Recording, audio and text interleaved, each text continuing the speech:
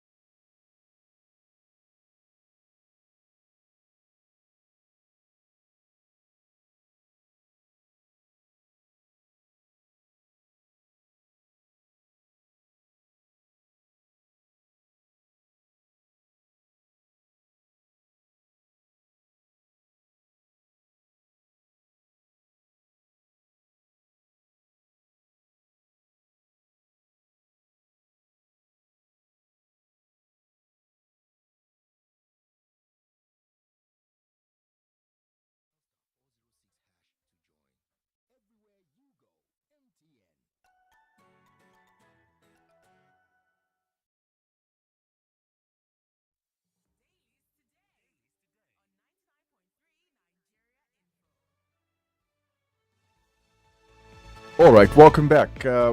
Remember that you can always join the conversation of Nigeria Info at 99.3 Nigeria Info FM on Twitter, as well as on WhatsApp,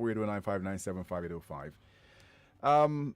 We begin, Jimmy, with The Nation. The Nation has the story: Nigeria cannot afford another civil war. The Vice President, Yemi Osinbajo, is warning yesterday. He says everyone loses when a war happens, and he's also well. At least we get to know the thinking of somebody who is close to the top. In theory, it's probably the closest to the top, but in practice, we don't know if that is the case because of the various stories that make the rounds that have not been authenticated, but still close enough. So it says the vice president spoke during a meeting with the All Progressives Congress (APC) governorship aspirants in Anambra State. Now, the vice president also said something that I've found quite interesting, and he says that the vice president said that that the silence of the elite on the spate of attacks in the southeast and other parts of the country has grave implications. That is what he said. That is his thinking, and I agree with him. I agree with him that it's time for all of us to raise our voices against this insecurity that we have, and so on and so forth. But I just wish that the vice president would then step over to the other office in the other room and say to the occupant the same thing, that the silence too of that occupant in the spirit of the attacks has grave implications. If you get what I mean. In these days, you have to speak in parables. You have to speak in parables. That it has. I leave you to sort that out in your mind. The vice president that Nigeria should avoid a war without end. Not just a war without end. If care is not taken, it could be a war without a war front, which is even worse than guerrilla warfare. It could be a war without a war front. And of course, it could jolly well be a war without end in one's lifetime. So we do need to be absolutely careful. And he warned, everyone who thinks they have some money stored up somewhere will eventually run out of money. And everyone who thinks they can go and hide somewhere won't even find a place to hide. In the end, everyone will suffer. Even if you don't suffer, your parents, children, young and old people, and your relations will suffer. We cannot afford a war in this country. We can't afford it. This was from the vice president, and so that's what we have today. Luckily, like I said, going through the papers, there haven't been any fresh attacks reported that I have seen. Just rushing through that I have seen, so it gives one a bit of peace of mind. Which is what a number of people have had to say. The secret police, the DSS, have been at it. They say that the proscribed IPOB. Yes. Okay, before we get to the no. Okay, let's do this one first. I just wanted to call your attention to it.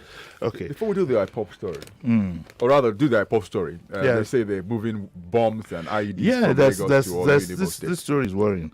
The DSS has said that we're taking this from the Punch, and it says the DSS has said that IPOB has acquired bombs and explosives with this they intend to destabilize Imo State, not the East.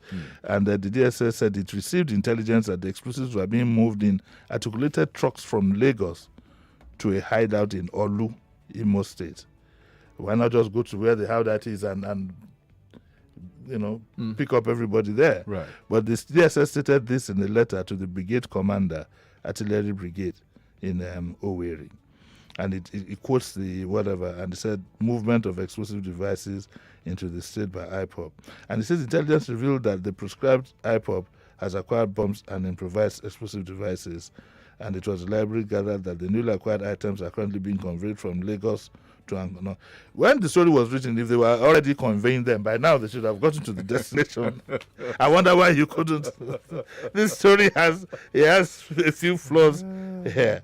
But the IPOB spokesperson has denied that there's no such thing. And that's, we'll just leave it at that. The story is a bit...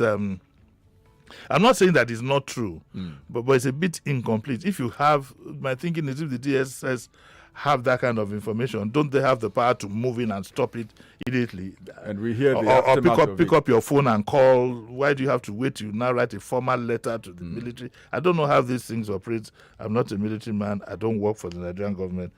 But this story is it get as it be. Yeah, it get as it be. I don't know the English version of that, but you just get as it be.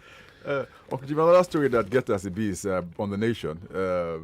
The story about the amputee who had received 25 million naira donation appears that yes, investigation has happened, and her original story isn't what it was. Isn't what it was. The Lagos State government picked up on her very quickly with this attempt to always jump in front of a camera, just like they did. Like I criticized the policeman, that was given an award without the case itself being completed. The government needs to be very careful how you jump into these so-called PR. I over and over again, I say that the spin. I don't want to use the spin doctors, but those who are in charge of things like this are misleading the governor. I tell you something. There's a video that is viral about the successes of the governor. And you now put the governor in a formal setting with the seal of the state, okay, and the two flags, that of the country and that of the state, where he addresses this position where he addresses the state. You put him there and then he's dressed casual. His shirt is hanging out. Whoever decided that, I'm sorry. You're misleading this gentleman.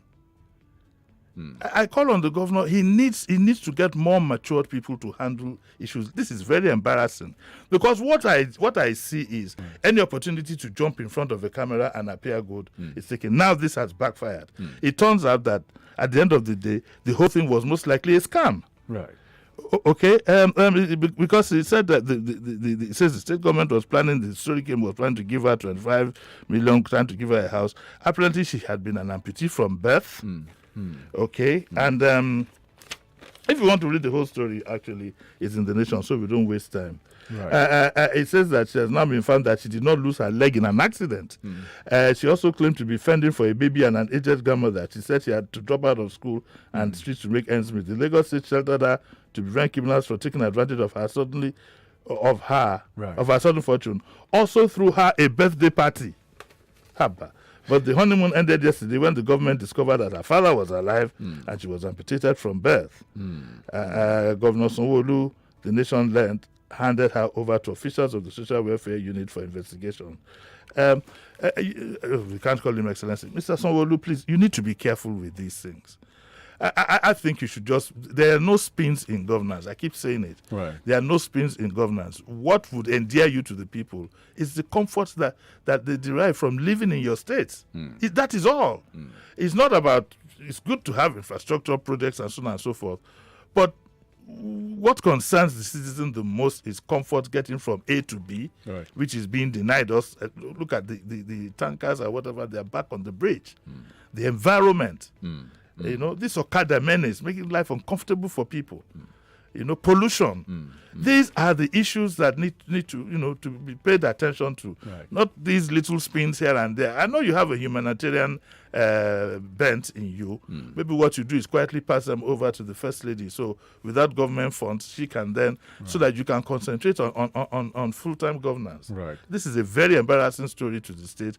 I sympathize with, I think the governor is being misled over and over again by some cheerleaders who keep pushing him to this. I mean, that video, like I said, was quite embarrassing. You don't address the states in a casual. Somebody brought up a story how they wanted it to look to show that he was walking. Right. The world has gone beyond spin. It's not what he's wearing that is most important. It's what he has done.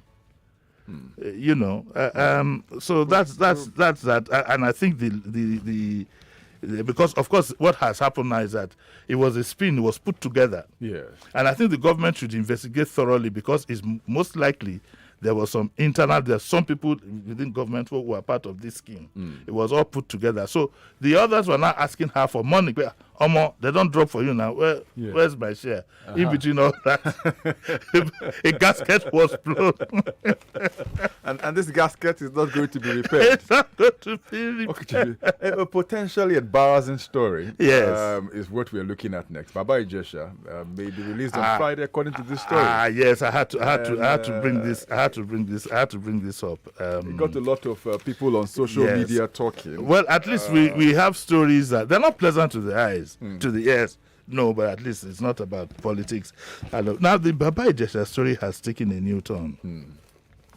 Let me read the first paragraph. It says, the senior officer at the Lagos State Police Command has confirmed to Punch that a directive has been given for the release of Nollywood actor Olanrewaju Omiyinka Baba Ijesha from custody. He was charged. He was suspected of having defiled a minor. The source said, due to the Johnson strike, the courts have not been sitting, and so he cannot be detained indefinitely, and I can jolly well understand that. And said that the investigation with the allegation against Omiyinka revealed that he did not defile the victim, adding that when she was questioned, the victim confirmed the same. It says there was no case of defilement. People are just talking out of sentiment. They are not talking from the point of law. We interviewed all parties involved in the case for 3 hours today. The mother complained that her child was at the age of 7 when she was defiled, and the child pointed at Baba Ijesha. But the case was not reported until she was 14. Now, the question I'm asking is, if your child was defiled when she was 7, how come you didn't report? You didn't do anything? It's now that she's 14, you now set him up supposedly with some CCTV cameras and so on and so forth. It's a bit hazy. It's a bit hazy, because what happened is, from the story, it says that the mother of the victims or supposed victim set up some cameras and whatever and did this and did that. But you knew he had done it when he was 7. What are you setting him up again for? Why didn't you report when he was 7? So I don't quite understand that. But the source says that the CCTV footage never showed Baba Ijesha defiling her. Which is a problem. But he confessed to touching her. Oh, is there any difference between touching and defiling? I don't think that defiling has to do with. Maybe it does. Same thing. And I also think but it's just as bad. Confession he made, was it before the police or? Well, he says that he confessed to touching her body, which is just as bad. I mean, touching a 14-year-old indecently, and apologized, and the girl confirmed the same. And he says they've now instructed the medical examination to be shown. But the story now also says that the girl has been, she's been taken. She's not a virgin at 14. So that also brings up some suspicion. If you want to read the full story, it's in the Punch of today. I run that commercial for the Punch. I hope they give me my own share. It's 15% Punch. You know what it is. more than 15% for with this story in the Vanguard, where you have the governor. It's 2 years in office now, and he's interestingly looking at the healthcare system. This one, hospital, yes, this one gets a thumbs up from me, from Sanwo-Olu. I'm glad. Mercy Children's Hospital. Right. I met alive. I mean, I met on ground when I came to this world looking for where to. At least when I came back from England, when my parents went back from England, that indeed I'd been treated at Mercy Children's Hospital on a number of occasions. The State Baby Factory, Mercy, Lagos Island, Maternity Hospital. Yes, and then I remember then was beautiful. As young as I was, I know it was a beautiful place to go. But it's apparently, because it will need some refurbishment. But rather than waste money doing it up and up again, the Lagos State government has decided to build a 150-bed children's hospital. And that will be built on Adeniji Adele. And that's thumbs up. I called the commissioner this morning, and he confirmed to me, Commissioner for Information, and he confirmed to me that it should take about 24 months for the hospital to come on board. The governor should try and rush them so that he gets the chance to flag it off, and not his successor, because we don't know who his successor will be in 2023. It might jolly well be him, though. It might jolly well be him. But so that's that. Now, but what it also does is that it brings to fore the question of the nurses' hostel on Awolowo Road, which is virtually rotting away. You had the nurses' hostel there. All of you know the circumstances, that led to the way it is. Indeed, I remember interviewing even Alhaji Lai Mohammed way back then when I was doing programs in Classic, and he had said that it was a commercial decision, which I highly criticized.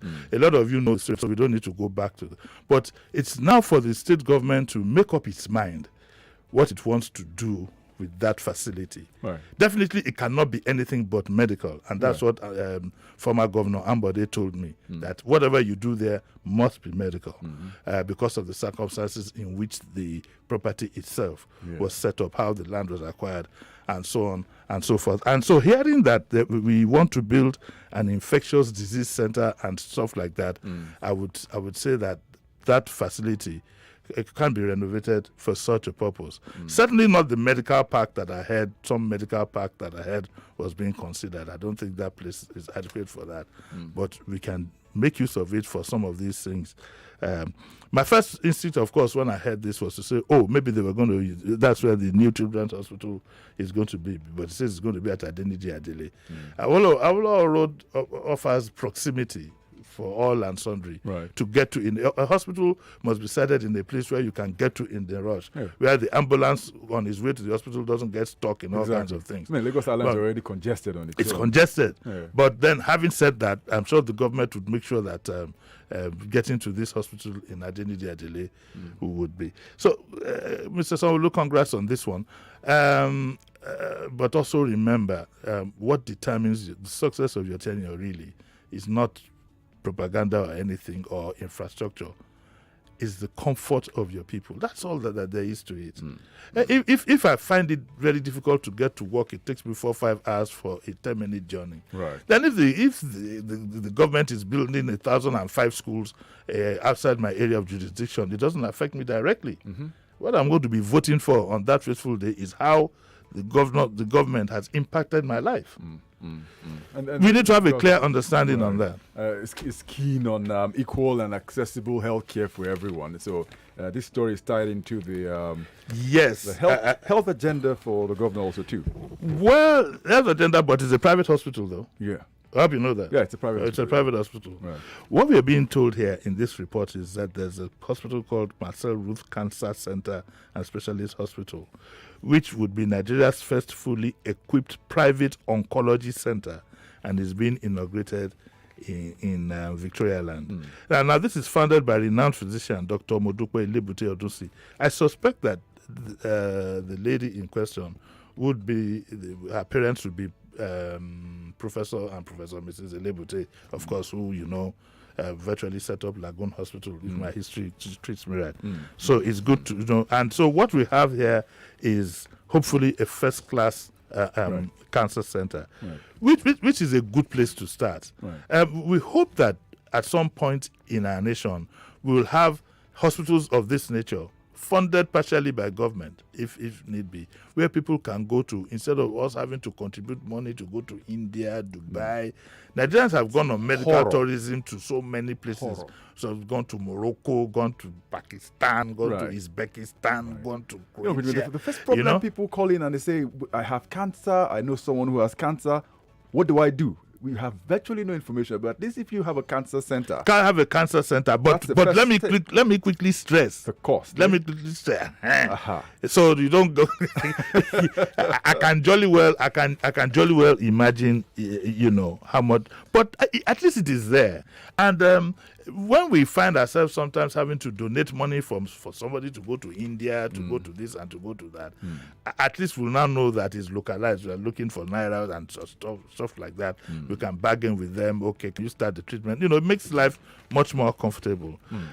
So I hope that this hospital also this cancer center lives up to standards. It is very, very important that they should live up to standards, and we'll have. But knowing Nigerians, though, even when you are told here that this patient is going to die within the next week, I have a feeling that some Nigerians will quickly rush the patient there so that it can be written in the obituary. Passed away in the London hospital. Passed away in a hospital in Jerusalem. Passed away in the Saudi Arabian. Nigerians like anything but Nigerian. They don't even mind in the obituary if you write passed away in a Lome hospital. Just as long as it's not. I've never seen a people who survived by the names. Survived by survived by Jimi, Disu, PhD, BLLB, honors, in parentheses, delete, USA. I've never seen a set of people who take pride in anything but their country. And that attitude, Aghogho. Yeah. Migo. No, big boss. That attitude, in all honesty, is part of the problem that we have today. I wonder, we need to do research on our brain cells. That attitude, for example, that makes it hip for a man to break the law.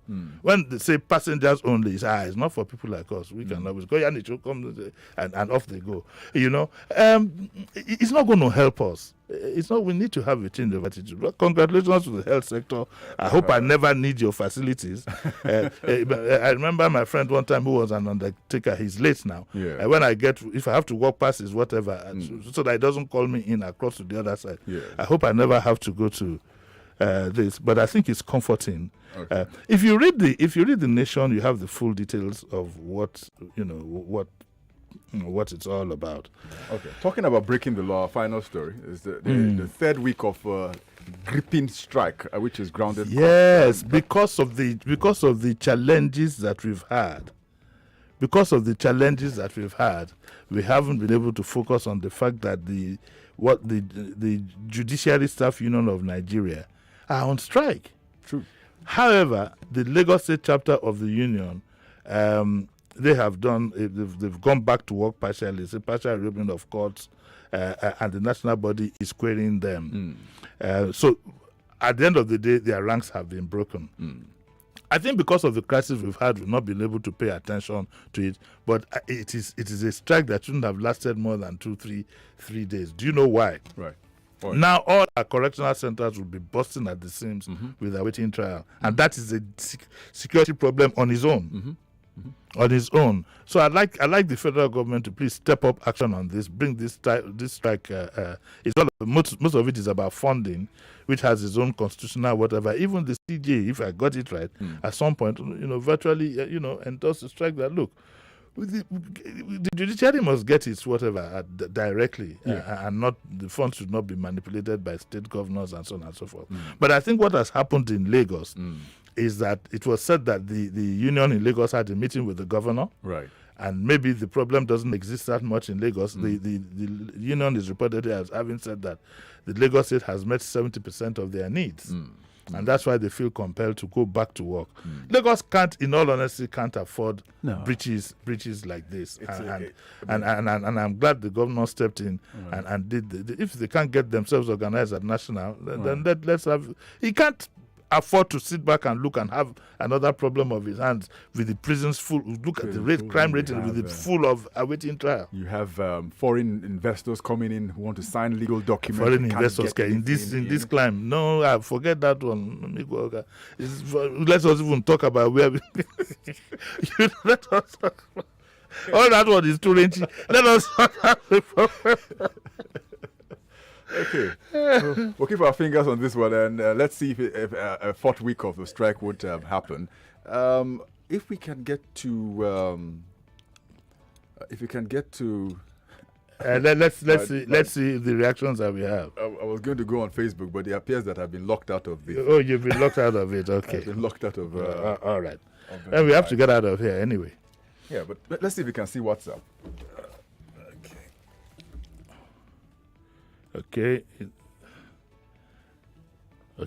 Obeta Joseph says that.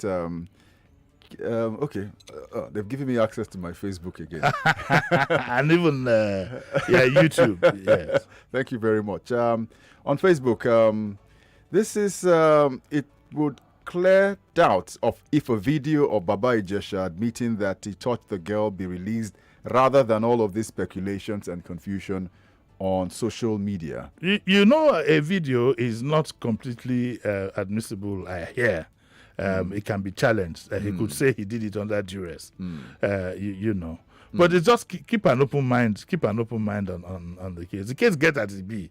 I must say, the case get as it be. Baba Ijesha, is I don't know him. In all honesty, I don't watch some of these movies, but I'm sure he's well known and whatever. So. With the Nigerian factor, all kinds of things can happen. All right. Remy Oluwatoyin says, for the amputee lady, Jimi have always wondered the governor of Lagos should desist from showbiz. Sadly, Sanwo-Olu fell for the scheme because he was looking for the next opportunity to show off. I mean, it doesn't sound too good the way it's been presented, but I think there's some element of truth in it. The governor needs to calm down. Right. It's ironical that he highlighted the child who said, calm down. He needs to calm down. I keep saying that governance is not show business. It's serious business. And he needs matured advisors in that area. He needs matured, I keep repeating, needs matured advisors in that area. All right. So many comments. We'll do this tomorrow. Hopefully. I don't know how I missed God willing. God willing. We'll continue from where we stopped. Thank you. Back at 9? Yes, I'm back at 9. Daily Digest. Yes. All right. So let's take a quick break. The news at the top of the hour. Then we come and talk some more Morning Crossfire.